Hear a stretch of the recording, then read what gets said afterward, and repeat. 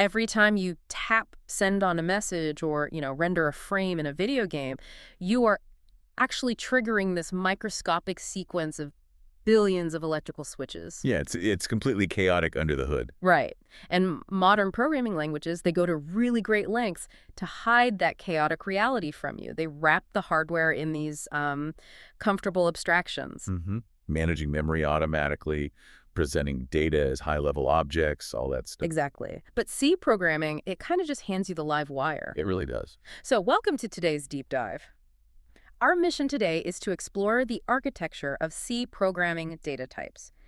We really want to pull apart exactly how this language gives developers absolute, uncompromising control over bare metal architecture. Because it's an entirely different paradigm compared to what most modern developers are used to.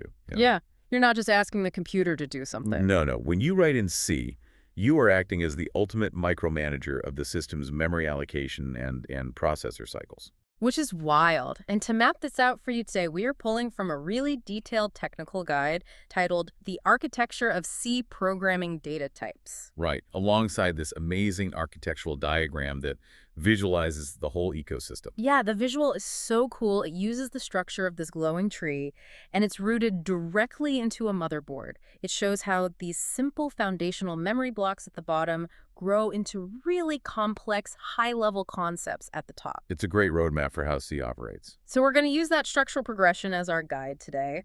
Let's just start at the absolute foundation, down at the roots, what the sources call the bedrock primitive data types. Yeah, the primitives. These are the raw materials. Right. They are built directly into the compiler, meaning the compiler natively understands exactly how to map these types directly to the CPU's registers. Without needing any extra instructions, right? Exactly. No translation needed. We're talking about basic scalar values here. Okay, so the fundamental unit here is the integer, or int. And in the diagram, it's represented by this little bar chart icon. The source notes it typically occupies 4 bytes. Right, typically. But crucially, it points out that the actual size is highly dependent on the underlying computer architecture, which seems confusing. Well, that architectural dependence is actually key. Historically, an int was specifically designed to match the native word size of the processor you were using. Oh, okay. So if I was on an old 16-bit processor. And then your integer was 16 bits. And on a 32-bit system, it's 32 bits. Makes sense. By declaring an int, you are instructing the compiler exactly how to interpret the binary stored in a specific memory location. You're basically aligning your data with how the CPU prefers to ingest it. Just serving it up on a silver platter. Exactly. And you have these modifiers like short, long, unsigned. Right. And those allow you to constrain the memory footprint. Or you can shift the sign bit to basically double your positive range. It's all about optimizing how the CPU processes that specific variable. Wow. Okay, so moving up slightly, we get into floating point numbers for fractional data. Right. Primarily float and double. And the visual diagram draws a really sharp distinction here. It represents a double with these much tighter, denser waves compared to a float. What is the actual architectural mechanism driving that difference? Well, it really comes down to how binary handles fractions. Okay. Base 2 binary inherently lacks the ability to precisely represent a lot of base 10 decimals. So a float gives you single precision. Which is usually 4 bytes. Right, 4 bytes. Which is fine if system memory is heavily constrained. Say you're working in an embedded graphics pipeline, right? Where a microscopic positional error just won't be noticed by the human eye. Exactly. But a double utilizes 8 bytes for double precision. The mantissa, which is the part of the floating point number containing the significant digits, is just much larger. Which pushes that inevitable binary rounding error much further down the decimal line. Precisely. Because if you are executing, say, critical scientific calculations. Or like recursive financial algorithms. Yeah, you default to a double. Over thousands of sequential operations, those tiny base 2 fractional inaccuracies, they will cascade and multiply. Oh, right, like a snowball effect. Yes. So the memory trade-off of using 8 bytes instead of 4 is completely negligible compared to the necessity of mathematical stability. Okay, that makes perfect sense. Now, right alongside those numeric types is void. The diagram shows it as this empty circle.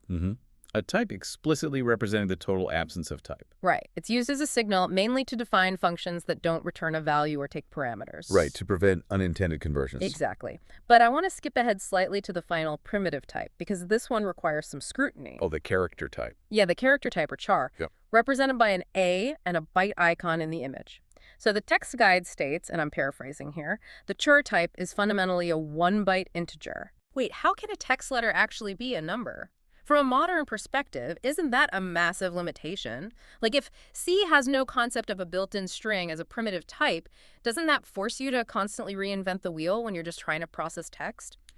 I get why you'd think that. Yeah. What's fascinating here is that it might seem restrictive compared to, say, Python or Java, but you really have to look at the processing speed it affords. Okay. C strips away the massive processing overhead of modern string objects because physical hardware doesn't understand text. Right. It just understands electricity. Exactly. Voltage levels, which we abstract as numbers.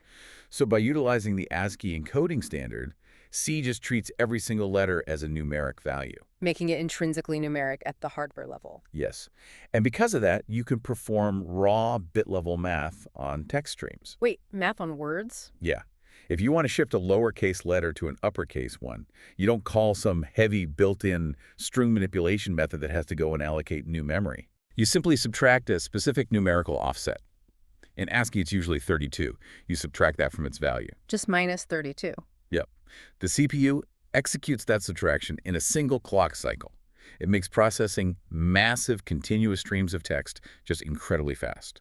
That is so elegant. Okay, so we have these single primitive values down in the roots, integers, floats, 1-byte characters, but in the real world, data rarely travels alone, right? Very rarely. We need to handle massive collections of these primitives. So how does C do that without choking the CPU? This is where we move up the diagram's glowing pathways. Right, up the tree. To the next level, derived data types. Exactly. This is where we transition from single data points to actually designing memory access patterns. And arrays are the first derived type. The guide defines arrays as contiguous blocks of memory that group the exact same primitive types. Linked together, yeah. Now, we all generally know what an array is, but from a bare metal perspective, why is that word contiguous so critical to C's performance? Well, the secret lies in the CPU cache. Modern processors are just much, much faster than main system memory. So to prevent the CPU from constantly sitting around waiting on data, it utilizes a prefetcher. A prefetcher? Right. When you request a piece of memory, the CPU doesn't just grab that single byte. It grabs a whole chunk of surrounding memory. A cache line, basically assuming you'll probably need it next. Because an array guarantees that the next integer is physically right next to the current one in the silicon. You got it. If you have an array of 1,000 integers, it results in massive cache hits.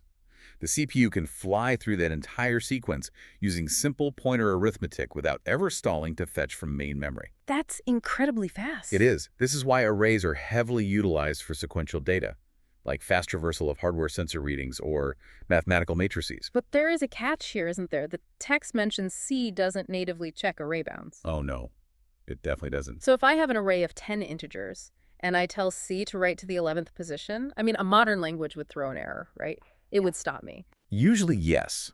But C will just blindly overwrite whatever happens to be sitting in that adjacent memory space. Just wrecking whatever data was there. Yep.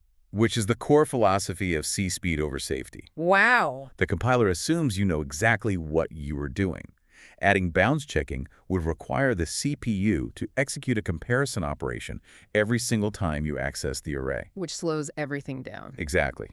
C eliminates that overhead entirely, trusting you, the developer, to manage the boundaries. That is terrifying and awesome, which segues perfectly into arguably the most defining and probably dangerous feature of the language pointers. Oh, yes. The most powerful feature in C. So the text says, instead of holding a data value, pointers just store the actual memory address of where the data lives. Right. So is this kind of like, instead of moving data, it's like handing someone the address to a massive library rather than trying to physically pick up the entire library and hand it to them. That is a perfect analogy. Yeah. To really understand the sheer utility of pointers, you have to consider the CPU cycle overhead of physically moving data. Right, the heavy lifting. Yeah, if you have a massive data structure, say a high-resolution 3D model loaded into memory passing, that data by value to different functions would require the CPU to copy every single byte of that model over and over again. The system would just grind to a halt. Totally. So a pointer is just the map coordinate. It completely removes that heavy data copying overhead. Unlocking that legendary C speed. Exactly. And it allows for dynamic memory allocation.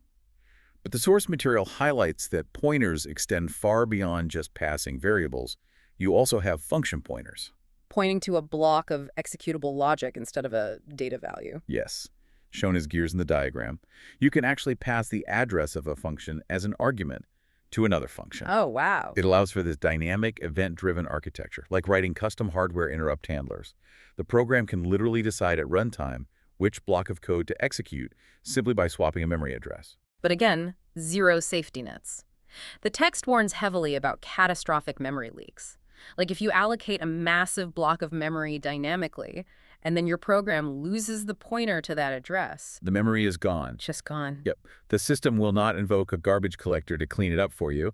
That memory remains locked and completely inaccessible until the program is fully killed by the operating system. It really is the double-edged sword of raw memory manipulation. It definitely is. Yeah. Precise management is required. Okay, so we've established the primitives, the bedrock, and we've explored the derived branches like arrays and pointers to traverse them efficiently. But real-world data is pretty messy. Very true. Like a network packet isn't just a simple array of integers. So this brings us up to the very top of our visual tree, the canopy user-defined data types. Right. We can store basic numbers, and we can point to them. Okay. But to model the complex real world, we need to design our own custom structures. The primary tool for this is the structure, or struct. The text explains that a struct lets you bundle heterogeneous data types together into one cohesive record. Depicted as those multicolored puzzle pieces forming a cube in the visual. Right. And the example provided in the text is a network data packet that combines an integer header, a character payload, and a floating point timestamp, all into one logical unit. The very common use case. But my question is about the physical mechanics. If I package all those different sizes of data into a single struct, how does the compiler actually efficiently access them at runtime? Doesn't it get confused by the different sizes? Well, it calculates the memory offsets at compile time. Okay. The compiler looks at your struct and determines exactly how many bytes each primitive member requires. So if the integer header is 4 bytes, it knows the character payload starts exactly at byte 5. Oh, I see. So when your running program asks for the payload, it doesn't search through the struct. It just takes the base memory address, adds that pre-calculated offset, and grabs the data instantly. So accessing a member inside a complex struct is just as fast as accessing a standalone primitive variable. Functionally, yes. However, you do have to be aware of memory alignment. What's that? The compiler will often insert invisible padding bytes between your struct members so that they align neatly with the CPU's word boundaries. Ah. It sacrifices a tiny bit of memory space to ensure the CPU can read the data in a single cycle, rather than straddling 2 cache lines. The level of microscopic control is just incredible. It's why it's used for operating systems. Definitely. Now, moving along the user-defined types, we also have enumerations, or enum, represented by icons like a megaphone or a head in the visual, usually for program states. Right. Assigning human-readable labels to integers. But why use an enum? Why not just define variables or use raw integers for things like program states? Well, let's say your embedded device has different states, right? Initializing, running, paused, and error. Okay. The processor only wants numbers 0, 1, 2, and 3, but scattering those magic numbers throughout your code is a total nightmare for debugging. Oh, I can imagine you're just looking at a 3 and trying to remember what it means. Exactly. And enum provides a layer of type safety and semantic meaning. You can declare a variable that is strictly limited to those specific enumerated states. So the developer reads the word error to parse complex logic, but the compiler optimizes it down to a bare integer operation. Enhancing code maintainability without any runtime penalty. Exactly. Bridging the gap between human readability and machine efficiency. Love that. Okay, that brings us to the final user-defined type. And honestly, the one that I think requires the most architectural context to appreciate unions.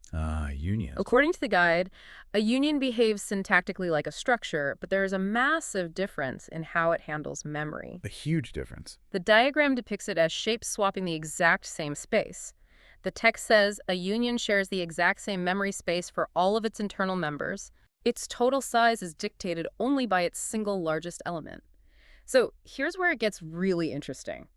Why on earth would you intentionally want data to overwrite itself in a union instead of keeping everything safe and separate in a struct? Okay, if we connect this to the bigger picture, you have to step away from the mindset of writing a standard desktop application where you have gigabytes of RAM. Right, where memory is cheap. Exactly. Yeah. Think about writing a driver for a microcontroller in an anti-lock braking system or a low-level network protocol. Every single byte of memory is precious. Yep. You might have variables that can represent different types of incoming telemetry, but they're mutually exclusive. An object only ever needs to hold one type of data at any given time. Meaning the variable needs to hold either a short integer, a character array, or a float, but never more than one at the exact same time. Exactly. If you declare a struct with those three types, the compiler reserves memory for all of them, just in case. It bloats your memory footprint. Right. But a union calculates which of those three requires the most bytes and only allocates that much space. It's essentially like a single digital parking spot. Yes. It's painted just large enough to fit a delivery truck, so it can easily fit the truck or a sedan or a motorcycle. But only one vehicle can actually occupy the space at any given time. And whichever primitive type you write to the union simply occupies that shared physical footprint. It is a brilliant architectural trick for conserving registers and memory in those highly constrained environments. But there has to be a catch. Oh, there is. The catch is that the hardware does not track which type is currently parked there. Oh, no. If you write a float into the union but accidentally read it back out as an integer, the CPU will gladly interpret those floating point binary ways as a standard whole number. Resulting in completely garbage data. Completely garbage data. Because, again, the hardware is totally blind. Which really brings us full circle. I mean, we've mapped the entire architecture today. We started at the bedrock with primitive types matching CPU registers. Raw materials. Right. Then we moved up through the derived pathways of arrays and pointers that manipulate cache lines and bypass all that heavy data copying overhead. And finally, we reached the complex canopy of user-defined structs and unions, organizing heterogeneous data to model real systems efficiently. You know, understanding this progression from the ground up, it really gives you insight into the physical cost of code. You stop seeing just abstract variables and you start seeing memory alignment, cache hits, processor cycles. It grants you this kind of X-ray vision into software engineering, giving you the exact tools to see how code manipulates raw system It architecture. really does. So what does this all mean? Well, as we wrap up, there's one final, really provocative thought from the sources that takes everything we've discussed and just flips it on its head. Oh, the void pointer. Yes. Earlier, we talked about the void type, the explicit absence of type. Well, the guide notes that you can combine void with a pointer to create a generic void pointer. Right, a pointer that holds a memory address, but intentionally strips away any label telling the compiler what kind of data actually lives there. Exactly. And this is where the architecture of C reveals its ultimate flexibility. Because if a pointer is just a raw coordinate, a memory address, and a void pointer explicitly removes any labels about what kind of data lives there, what happens when the computer tries to read it? Well, you are bypassing the type system entirely. How does the physical hardware even know the difference between a character, a floating point decimal, or just raw empty space if we don't strictly define it? It doesn't, which enables polymorphism in C. Meaning you can write a single sorting algorithm or, a linked list data structure that can process integers, floats, or custom structs totally interchangeably. Yes, because it's only moving raw bytes based on a void pointer address. You cast the void pointer back to a specific type only at the exact moment you need to actually manipulate the data. That is wild. It's how operating systems manage generic device drivers and allocate huge memory blocks. You are subverting the strict rules of the language to achieve massive system-level flexibility. It's basically the ultimate sleight of hand. I mean, the compiler gives you these rigid, primitive building blocks to impose order on chaotic electricity, but then it hands you a void pointer, a tool, to completely ignore those blocks when you need to manipulate the raw fabric of the system. The compiler is just the thin layer of reality enforcing meaning onto raw electricity. It's a testament to why C remains the foundational language of modern computing architecture. Definitely something for you to ponder the next time a system update flashes across your screen. Thanks for joining us on this deep dive. We'll see you next time.